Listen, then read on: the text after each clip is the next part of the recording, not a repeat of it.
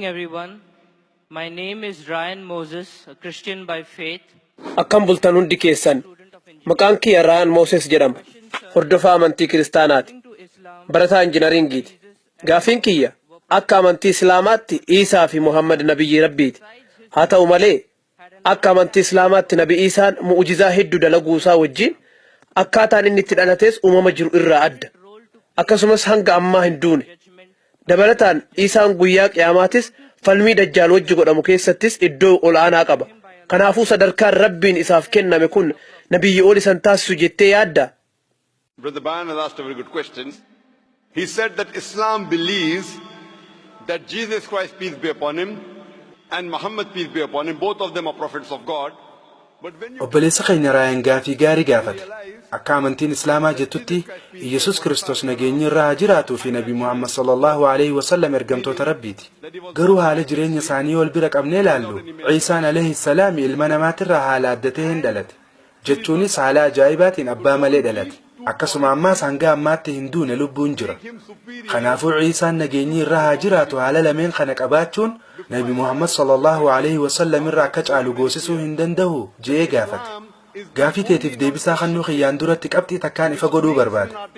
Amantiilee kiristaanummaan ala jiran keessaa Nabi Ciisaa alayhi salaam itti amanuu amantiin dirqama goote amantii Islaamaa qofa. Nuti Ciisaan alayhi salaam ergamtoota jajjaboo Rabbii keessaa tokko akka ta'e ni amanna. Nuti inni Masiixii yookiin Masaayaa takkaa'uu Kiristoos akka ta'e ni amanna. Walqunnamtii dhiiraatiin malee haadha qofarraa dhalachuu isaattis ni amanna. Hayyama Rabbiitiin du'aa kaasuu isaattis ni amanna. Namoota qaroo dhabanii fi kanneen dhukkuba qomaaxaa yookiin leprasii qabanis hayyama Rabbiitiin fayyisuu isaattis ni amanna. Warra kiristaanaatii fi nuti musliimoonni hanga bakka tanaatti wal fakkaanna. Garuu bakka itti adda baanuun qabna. Bakki nuti itti adda baanuun warri kiristaanaa irra hedduun isaanii Ciisaan alayhi salaam aangoo gooftummaa harkatee jira inni gooftaadha jaanii amanan. Dura irratti gaafii teelameen tanaafin deebisaa siiqan. Gaafiin duraa Ciisaan alayhi salaam mu'jizaan dhalate. Walqunnamtii dhiiraatiin malee haadha qofarraa dhalate. Kanaafuu haalli kun Ciisaan alayhi salaam Nabi Muhammad sallallahu alaihi wasallam akka caalu hin garsiisuu jettee gaafatte. Garuu akka caalu garsiisuu jechuun gooftaa isa taasisuu hin danda'u. Yoo ati Ciisaan nageenyi irraa haa jiraatu walqunnamtii dhiiraa malee mu'jizaadhaan haadha qoftirraa waan dhalateef Nabi Muhammad sallallahu alaihi wasallam caaluu danda'e takkaahuu gooftaa tahuu danda'e yoo jettu taate Rabbiin subhaanahu wa ta'ala suuraa Aala Imraan ayata 59 irratti kana jedhe inna mathala Ciisaa inda Allaahi kamathali Aadam khalaqahu min turaabin thumma qaala lahu kun fayakun. Fakkeenyi Ciisaadhaa Rabbii biratti akka fakkeenya Aadam biyyi irraa isa uumee ta'e jennaan numa ta'e. Ciisaan alayhi salaam waan abbaan qabneef gooftaa tahuu qaba jettu taanaan dubbii tana bifa kanaan yoo laalle akka quraanaatii fi akka macaafa keessaniittis Aadam alayhi salaam abbaa fi haadhaas waan hin qabneef gooftaa guddaa tahuu qaba. Adam, peace be upon him, and no mother and father, that makes him a greater God.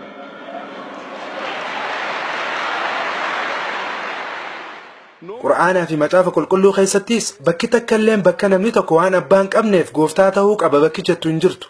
Rabbiin waan hunda akka fedhetti uuma waan ta'eef dandeettii yookiin humna isaa ilma namaa agarsiisuu barbaadeeti kana godhe. Akka uumaatti silaa ilmi namaa abbaa fi haadharraa dhalata. Rabbiin akka fakkeenyaatti Nabi Aadam alayhi salaam abbaa fi haadha malee uume. Akkasumas Haawa haadha malee abbaa qofarraa uume. Fakkeenyi xumuraa kana eegamaa ture ammoo nama abbaa malee haadha qofarraa dhalatu waan ta'eef kunis Nabi Ciisaan alayhi salaam dhalachuudhaan guutamee jira jechuudha. Gaafii teeta lamadaatti hogguun dhufu akka nuti musliimoonni amannutti akkasuma ammaas akka macaafni qulqulluun jedhutti Iyesuus alayhi salaam hin duune. Rabbiin Quraana keessatti suuraa An-Nisaa ayata 557 irratti kana jedhe inni hin ajjeefamnees hin fannifamnees garuu Rabbiin gara ifiitti ol fuudhe jee dubbate Quraanni. Kanaafuu gaafiin jirtu Iyesuus alayhi salaam hin duune hanga ammaatti waan lubbuun jiruuf aangoo nabiyyummaatiin Nabi Muhammad sallallahu alaihi wasallam ni caala jechuu hin dandeenyu jettee gaafatte. Anis waanin siinjoo obboleessoo deebisaan jirtu ergamtoota Rabbii hunda keessaa kan hordoftoonni isaa Rabbi jaanii ilaalcha dogongoraatiin itti amanan Nabi Ciisaa qofa nageenyi irraa haa jiraatu. Ergamtoota Rabbii khabiraa keessaa kan namoonni gooftaadha jaanii ilaalcha dogongoraatiin qabatan hin jiru. Sababa hordoftoonni isaa dogongoraan inni gooftaadha jaanii itti amanaa jiraniif jecha Rabbiin gara ifiitti ol fuudhe. Akka hogguu yeroo lama deebi'ee dhufu namoota gooftaadha isaan jiru kanneen irratti akka gooftummaan himatirra gaabahuuf jecha jechuudha. Kanaaf Rabbiin Quraana keessatti suuraa Maa'idaa ayata 16 irratti Ciisaan alayhi salaam hogguu lama dhufu Rabbiin akkana jedha. Ati anaaf ragaadha akkaan ani isaaniin na gabbaraan je'iniin. garuu ani rabbii xiyyaa fi keessanillee gabbaraan je'ee dubbate. Haaluma wal fakkaatu wangeela Maatiyos keessattis dubbatamee jira. Guyyaa isa dhumaa sanitti wayita namoonni baay'een yaa gooftaa nuti maqaa keetiin raajii dubbannee jirra. Maqaa keetiin hafuurota hamootaas baafnee jirra. Hojii angootis maqaa keetiin baay'ee hojjannee jirraa miti naan ja'an. Yeroo sanitti an ammoo matumaa waan isin hin beeku. Isin yaa warra hamtuu hojjettan ija tiyya duraa badaa je'ee ifaan ifatti isaanitti hime. Kanaaf Rabbiin subhaanahu wa ta'aalaa Ciisaa alayhi salaam osoo lubbuun jiruu gara ifiitti ol fuudhe. Akka yeroo lamada deebi'u san dhaamsa haaree hin barsiisneef. Wayita lamada deebi'u waan haaree hin barsiisu jechuudha. Sababiin isaa Nabi Muhammad sallallahu alayhi wa sallam ergamaa fi nabiyyi xumuuraa waan ta'eef. Akkuma Quraana keessatti suuraa Ahzaab ayata 40 irratti dubbatametti jechuudha. Nabi Muhammad booda sallallahu alayhi wa sallam yookiin eega Quraanni buufame booda wanti amantii Islaamaatti ida'amuu fi irrifamuus hin jiru. Ciisaan alayhi salaam akka miseensa ummata Muhammaditti sallallahu alayhi wa sallam deebi'ee dhufe. Wanti inni deebi'ee dhufuufis waan haaree barsiisuudhaaf osoo hin taane hordoftoota isaatitti akka inni gooftaan ta'inii fi akka nabiyyi rabbii ta'e itti himuudhaaf. Kanaafuu garaagarummaa muslimaa fi kiristaana jidduu jirtu irra hedduu warra kiristaanaa Yesuus Kiristoos alayhi salaami angoo gooftummaadhaan qaba jaanii yaadan.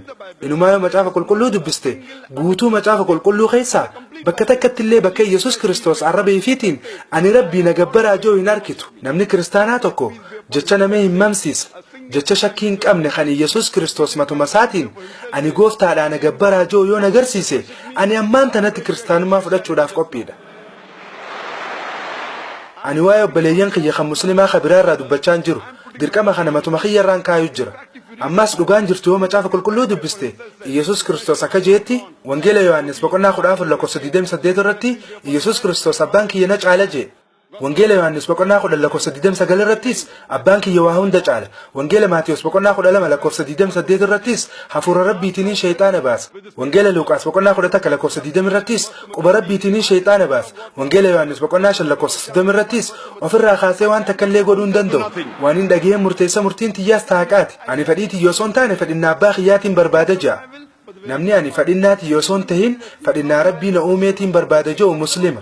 Kanaafuu macaafni qulqulluun Yesuus Kiristoos alayhi salaami muslima akka ta'e nutti himu jira. Angoo gooftummaa takkaa hin fudhanne. Ifaan ifatti kitaaba hojii ergamtoota boqonnaa 2:22 irratti akkana jedhe. Yaa namoota Israa'el dubbii tana dhage'aa akkuma isinuu beektan Yesuus namni Naazireet nama waaqni baasa raajii fi milikkata karaa isaatiin isin jidduutti hojjeteen isinii filateedha. Isinis waan kanaaf ragaadha jee dubbate.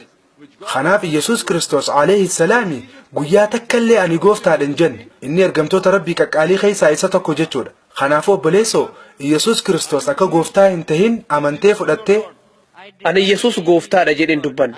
Islaamummaa keessatti sadarkaan isaa maali jedhe malee. Anis ati Yesuus gooftaadha jettee jirta siin hin jennee bar. Wanti inni siin jechaa jiru Yesuus Kiristoos akka gooftaan tahin fudhattee hin siin jee. Eeyyan Yesuus Kiristoos gooftaa akka hin taane ni amana. Garuu sadarkaa inni Islaamummaa keessatti qabu beekuu barbaada. Obboleessa osoon deebisaasiif hin deebisin dura nuti inni ergamtoota rabbii qaqqaalii keessaa tokko ta'uu isaa ni amanna jee sitti nimne. Muslimni tokko Yesuus Kiristoositti alayhi salaam yoo amane malee muslima hin ta'u. Nuti inni ergamtoota rabbii jajjabaa keessaa tokko akka ta'e amanna. Garuu inni gooftaa miti. Tanaafuu ati Yesuus Kiristoos alayhi salaam akka gooftaan ta'e ni amantaa? Eeyyan. Nabi Muhammad sallallahu alayhi wa sallam ergamaa rabbii ta'uu isaatti yoo ni amantaa? Ani Yesuus Kiristoos ergamaa ta'uu isaa ni amana. Inni nabiyyiidhaa oli. Garuu sun gooftaa isa godhuu hin danda'u. Sadarkaan isaatis ifaa miti. Sadarkaan isaa ka dhugaa maali? Inni nabiyyiidhaa oli garuu gooftaa miti. Sadarkaan isaa maali? Inni nabiyyi rabbiiti yookiin ergamaadha. Inni garuu wantoota baramaa hin taane hojjetee jira. Akkaataan inni itti dhalatee adda. Lammata deebi'ee illee ni dhufa. Obboleessoo deebiin ansiif deebise yoo dhageeffattee jiraatte ati Yesuus abbaa malee haala uumama addaatiin waan dhalateef gooftaa ta'uu qaba yoo hajjattu taate Aadam ammoo abbaas haadhaas waan hin qabneef Yesuus irra gooftaa guddaa ta'uu qaba. Aadam garuu du'ee jira. Du'a aadaa du'e. Garuu hordoftoonni Aadam alayhi salaami waa'ee isaa irratti ilaalcha dogongoraa fudhatanii inni gooftaadha jedhanii itti naman.